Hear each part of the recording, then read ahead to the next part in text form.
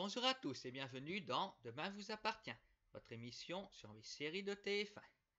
Alors nous allons commencer par une information assez importante, car on voit que parfois la fiction rejoint la réalité, puisque dans la série Chloé a décidé de divorcer d'Alex et son interprète Ingrid Chauvin vient d'annoncer le divorce avec son mari. Alors, vraiment, c'est assez cocasse que tout ça arrive au bon moment. Bien, à présent, nous allons retrouver Ingrid Chauvin dans le résumé de Demain nous appartient. Alors, Sarui a été secouru sur la plage et puis avait hospitalisé. Apparemment, une simple gifle aurait suffi à la mettre dans cet état grave. Alors, sa famille est inquiète, vu que a fait une tentative de suicide. Bon, ça n'a pas duré. Ça tient juste lieu de remplissage dans le scénario. Mais c'est peut-être un indice aussi sur ce qui s'est passé. Parce que je me souviens des leçons des intrigues précédentes. Et si c'était Luc qui avait mis sa sœur dans cet état sans le faire exprès. Un coup vite parti. Et il ne veut pas le dire, ce qui expliquerait pourquoi il a envie de se suicider. Ce n'est pas la première fois, bien sûr, qu'il l'a fait, ça peut brouiller les pistes. Mais voilà, on pourrait penser que Luc fait figure de suspect. Après, dans l'entourage de Charlie, il y en a d'autres aussi. Elle s'est toujours moquée de Laura. Alors, est-ce que Laura a fait comme avec Betty? Elle lui a donné une gifle à Charlie. Betty s'est jamais trop entendue avec Charlie avant. Alors, est-ce que ce serait elle aussi? Toujours est-il que c'est la famille Daunier qui fait les frais de tout ça. Sophia a menti sur son alibi, ce qui n'était pas une bonne idée. Même si la police n'a rien contre elle, elle n'a pas voulu dire la vérité pourquoi elle avait écrit dans son agenda qu'elle voulait s'en prendre à Charlie. Si elle avait su, elle n'aurait pas fait.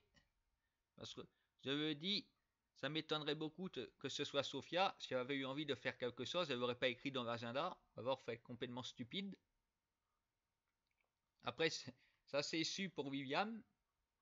Lui, je l'avais déjà vu devant le lycée. Alors, lui aussi soupçonné par la police, mais il n'y a aucune preuve. Après, il y a comme un petit problème dans la chronologie des événements. Alors, est-ce une erreur de scénario ou un aveu de la culpabilité de William? Parce que d'après ce qu'il a dit, il va parler à Charlie, il lui a jeté son string à la figure, et il est parti. Il n'a pas d'alibi. Sauf que ce dernier vendredi, nous l'avons vu avec Sophia devant le lycée. Alors, normalement, ils sont partis ensemble. À quel moment il a vu Charlie? Avant de voir Sophia? Après, il serait revenu? Voilà, la chronologie des événements me paraît assez bizarre. Alors, une erreur ou un indice? Il faut en tenir compte.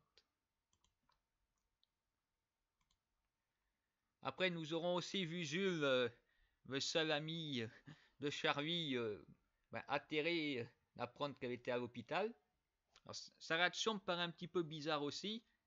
Était-il au courant de quelque chose? Ou est-ce lui qui avait frappé Charlie pour lui rendre service? Parce qu'il semblait assez surpris. Pensait pas que c'était aussi grave. Alors, était-ce un plan de Charlie qui a mal tourné? Après, il est venu accuser Sophia. Alors, est-il vraiment persuadé que c'est elle? Ou est-ce un moyen de détourner les soupçons de lui-même? En tout cas, il s'est fait frapper par Arthur.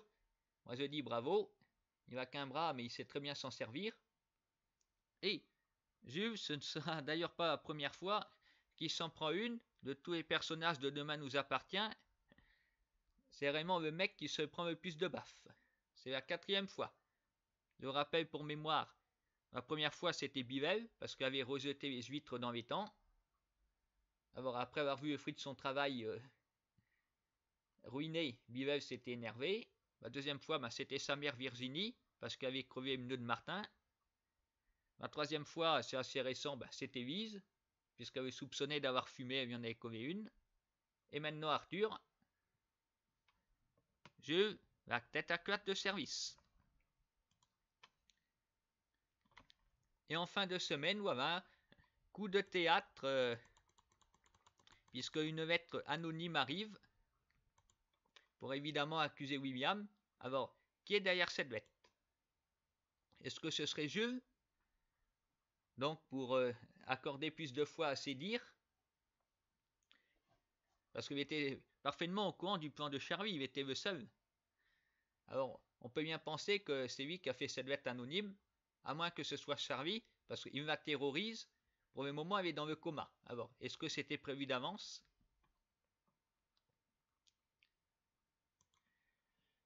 Sinon, nous retrouvons notre Chloé pour des scènes assez anecdotiques, parce qu'elle est épuisée à force de s'occuper de Céleste toute seule, et elle ne peut pas compter sur Judith pour l'aider. Elle trouve le moyen de se défiler où le travail n'est pas bien fait.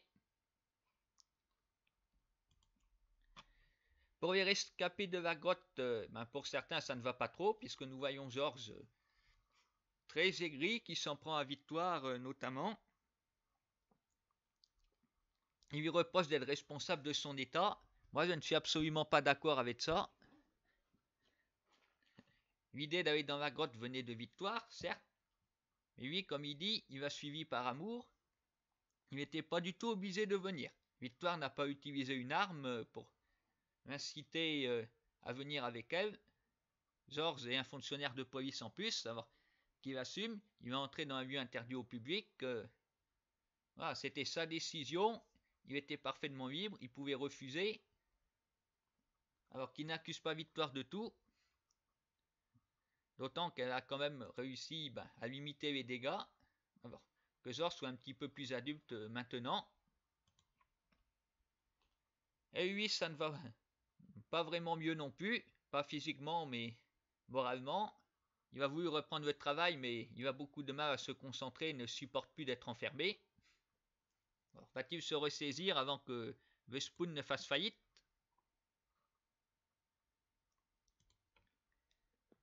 Et enfin, cette semaine aura connu un rebondissement dans l'affaire de la plaque pour Veva Bédiard, puisque en effet, Fleur a accepté de devenir la directrice de l'hôpital, et pour se mettre tout le monde dans la poche, elle a donc donné son aval au souhait du personnel.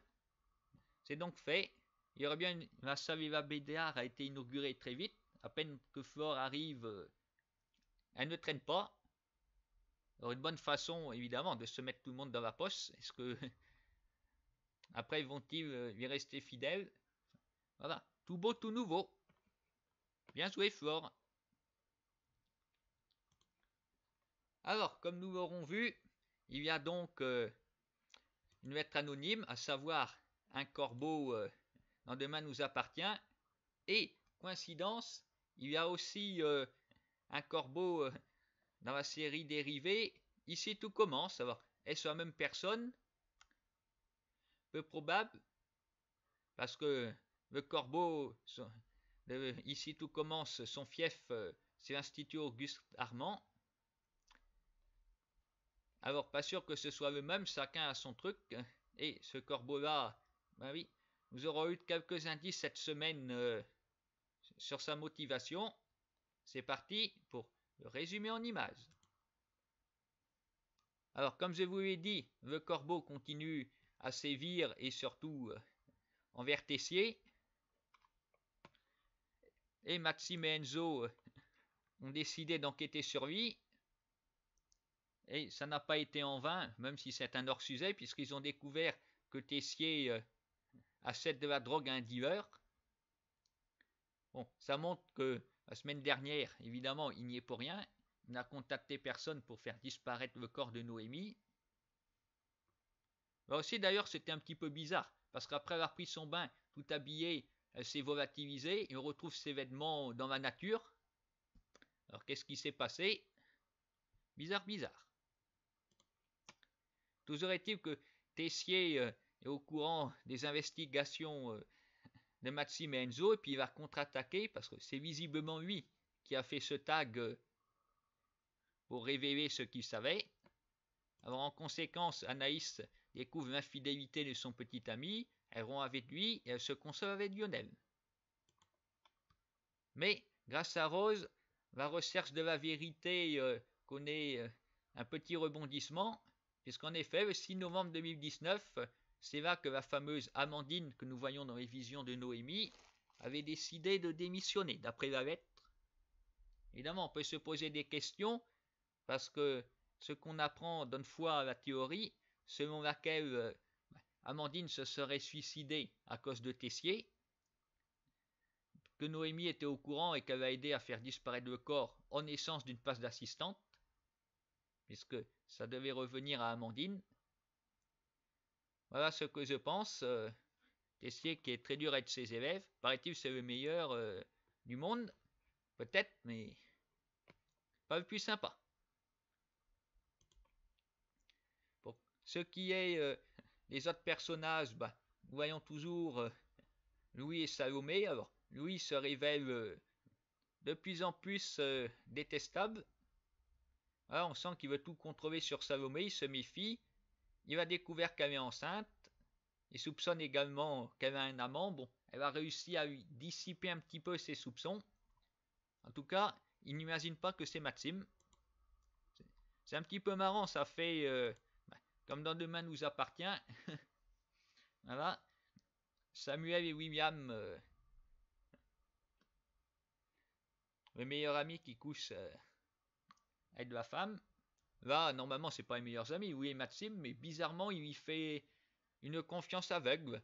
Parce que il n'est pas nouveau dans l'établissement, lui. Je ne sais pas pourquoi il a l'air d'adorer Maxime. Une homosexualité refoulée, peut-être. On ne sait pas pourquoi il a envie de prendre le nouveau sous son aile. Sinon, les autres personnages sont assez charismatiques et développés. Nous voyons le couple Elliot et Hortense, puisque bien qu'il revendique être homosexuel et repousser Hortense, Elliot est un petit peu en train de céder.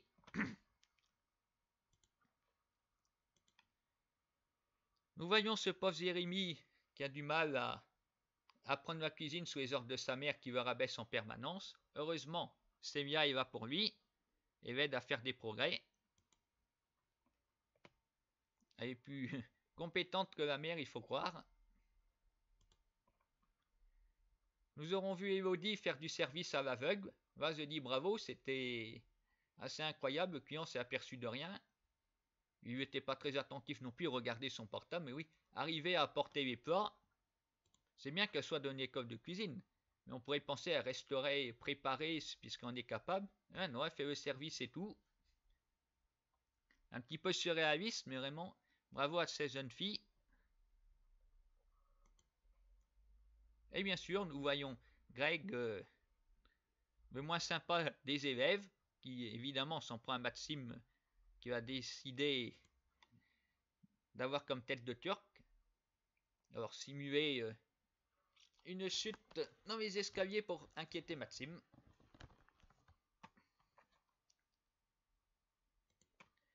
Voilà, alors, les deux séries sont vraiment très bien. Une enquête dans les deux. Alors dans Ici tout commence, oui, on se dit, bon, qui peut être le corbeau? Normalement, c'est quelqu'un qui était là l'année d'avant. On pourrait exclure les nouveaux élèves. Donc, on retient qui? Le personnel enseignant qui était là et voilà, les enfants de ce personnel. Voilà, la femme de Tessier, les deux enfants de Tessier, Louis, Jérémy. Voilà, normalement, tous ceux qui seraient susceptibles d'être le corbeau. Si ce n'est pas Noémie elle-même, où est-elle passée celle-là? Bonne question.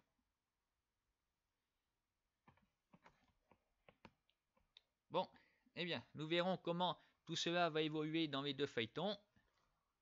Je vous souhaite une bonne semaine à tous et rendez-vous le week-end prochain pour une nouvelle analyse.